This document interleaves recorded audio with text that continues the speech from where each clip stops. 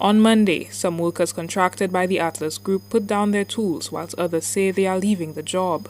This comes after they arrived at the Isla Resorts construction site on Friday morning and learned that their agreed wage of $180, stipulated in their contracts, had been reduced to $100. Today we come there. At least the white man can come out there and say, okay, guys, if y'all cannot work for $100, I will give you all $150, I will give you all $160, I cannot pay $180. That will be right. Nobody will walk away from the job. But he refused to do that. Like we are dogs, we are animals, and he don't care with us. That's what he said to us. Take it or leave it. I have buyed your government already, I have paid your government. And he has nothing to do with that again. You know, and that's where he stands. He's not paying us $180, it's $100. And as I say to them, I don't care.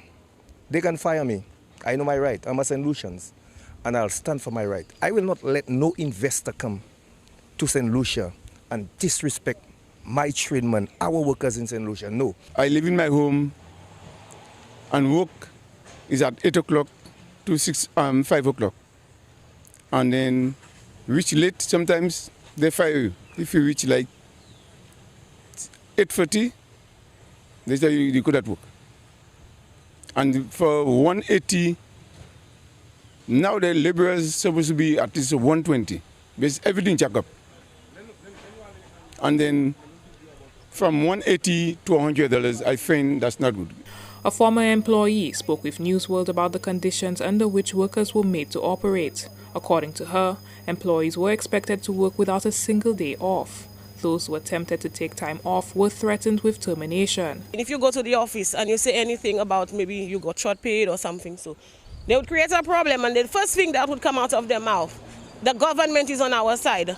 And this is really not a good thing when the investors are telling you government is on their side. So it's like you would complain and say something and it would not go anywhere. They were even asking us not to allow the media to come on the site or labor department. But why? Why? I spoke to them about protective gear and all of that. They say that's not their problem. But when the media is coming there, when they have their big tours, they would provide the workers with hard hats and the vests and everything. So that means they have it in storage, but they just don't give it to the workers. No NIC is being paid for the workers on a big site like that. Both former and current employees claim that the company does not in fact employ over 500 local workers as previously suggested, but closer to 100. Workers now say that immigrant laborers are being brought onto the site. In response, a representative from Isla told Newsworld that the migrant workers being brought in are specialized and here to assist, not replace, local workers in an effort to meet the project's deadline. The representative also noted that most workers have not formally come into the office to voice their concerns.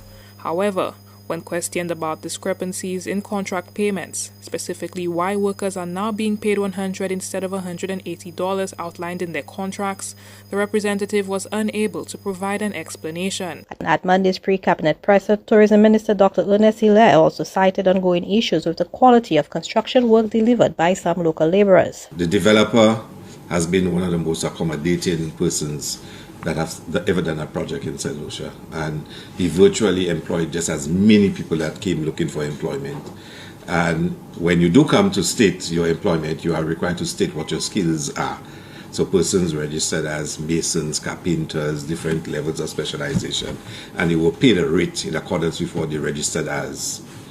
As the project developed and construction continued, they realized that some people really don't have the skills that they claim to be. According to the Atlas Group, the changes to the pay structure, including both reductions and increases, were implemented following a performance review. If you say you're a tradesman and you're a mason and they're paying you $180 a day, and they realize for the last, whatever the period of time, you really don't have that skill set. So there was a review of the skill sets and the different persons and an adjustment.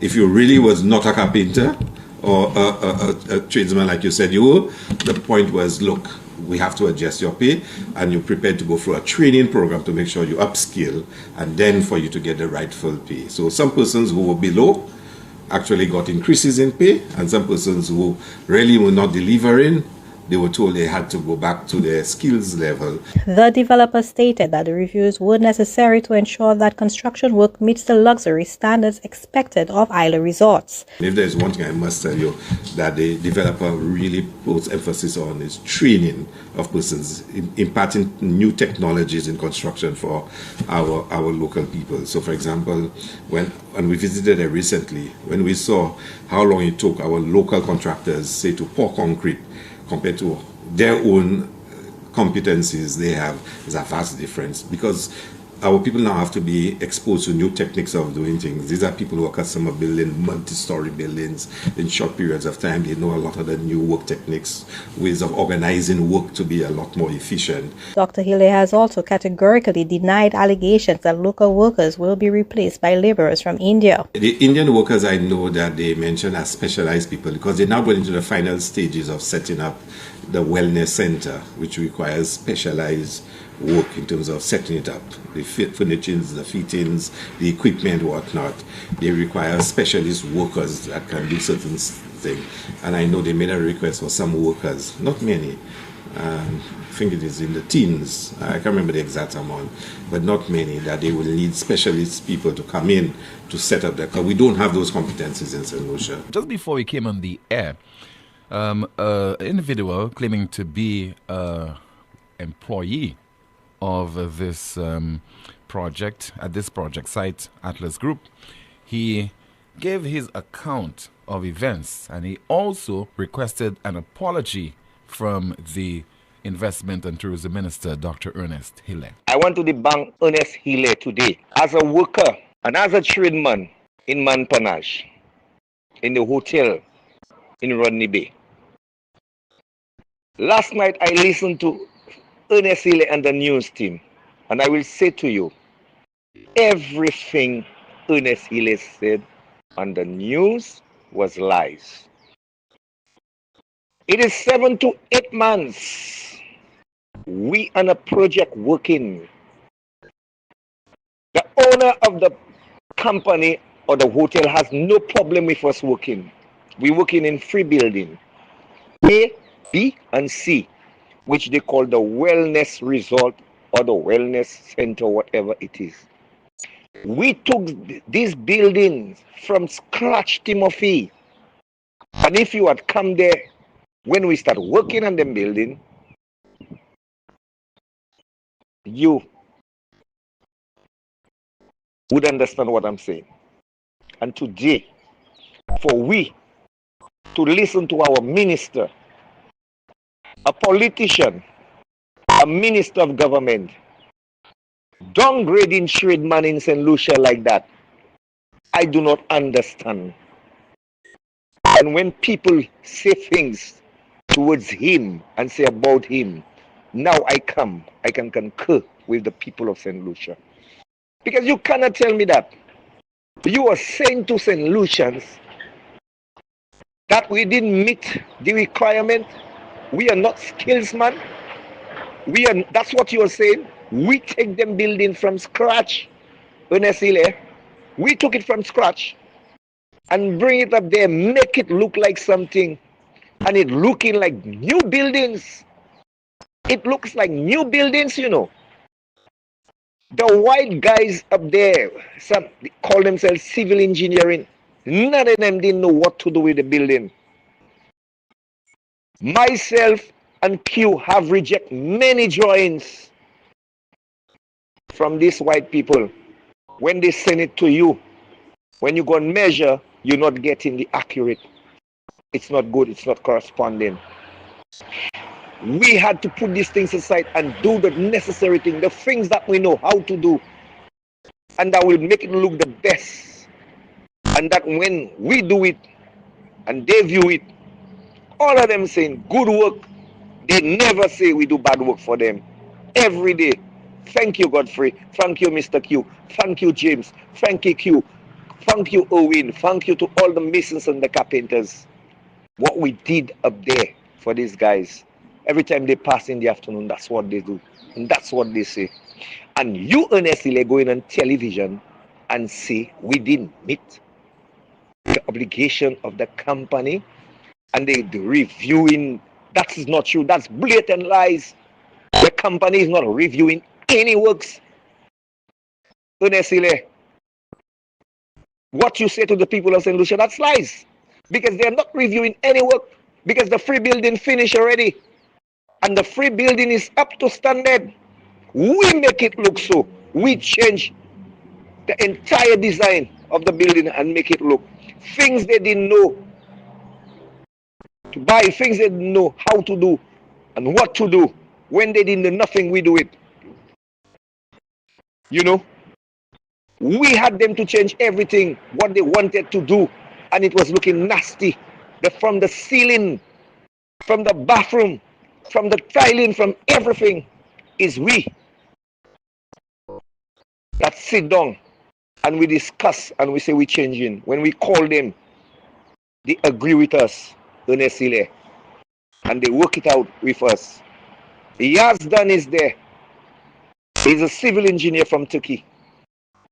He was having problem.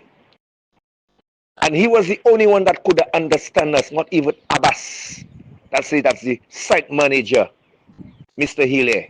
And I will repeat it over and over. You know?